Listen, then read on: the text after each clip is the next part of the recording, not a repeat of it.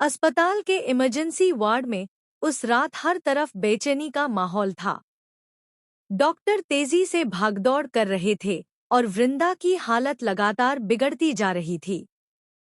परिवार के सभी लोग बाहर खड़े होकर भगवान से उसकी जिंदगी की दुआ मांग रहे थे। किसी को समझ नहीं आ रहा था कि अचानक वृंदा की जिंदगी इतनी बड़ी मुश्किल में कैसे फंस गई। डॉक्टर बाहर आते हैं और कहते हैं, वृंदा की हालत बहुत नाजुक है, उसे तुरंत खून की जरूरत है, लेकिन अभी हमारे पास उसके ब्लड ग्रुप का इंतजाम नहीं हो पाया है। यह सुनते ही सभी के चेहरों पर डर साफ दिखाई देने लगता है।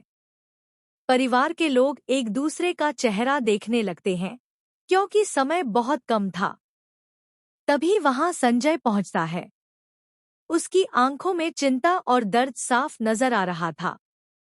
वह बिना कुछ सोचे डॉक्टर के पास जाता है और पूछता है, डॉक्टर, वृंदा को किस ब्लड ग्रुप की जरूरत है?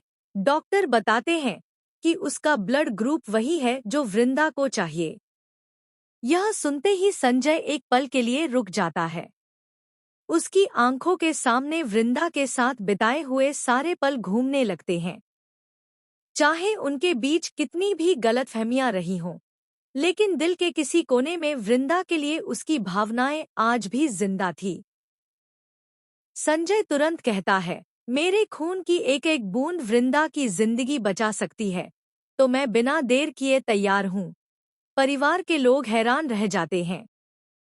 किसी को उम्मीद नहीं थी कि जिस इंसान और वृंदा के बीच इतनी दूरियां आ गई थी, वही आज उसकी जिंदगी बचाने के लिए सबसे आगे खड़ा होगा।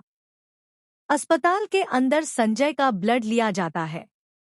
बाहर खड़ी वृंदा की मां की आंखों में आंसू आ जाते हैं।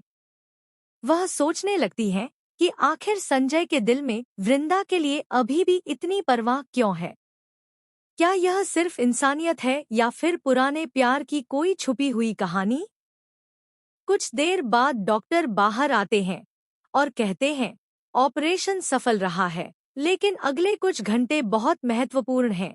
यह सुनकर सभी को थोड़ी राहत मिलती है, लेकिन तभी एक ऐसा सच सामने आता है जो सबको चौंका देता है।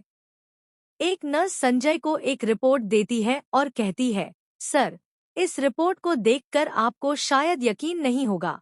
संजय रिपोर्ट देखकर हैरान रह जाता है, क्योंकि उसमें ऐसा राज छुपा होता है जो वृंदा और संजय के रिश्ते की पूरी कहानी बदल सकता है। संजय के हाथ कांपने लगते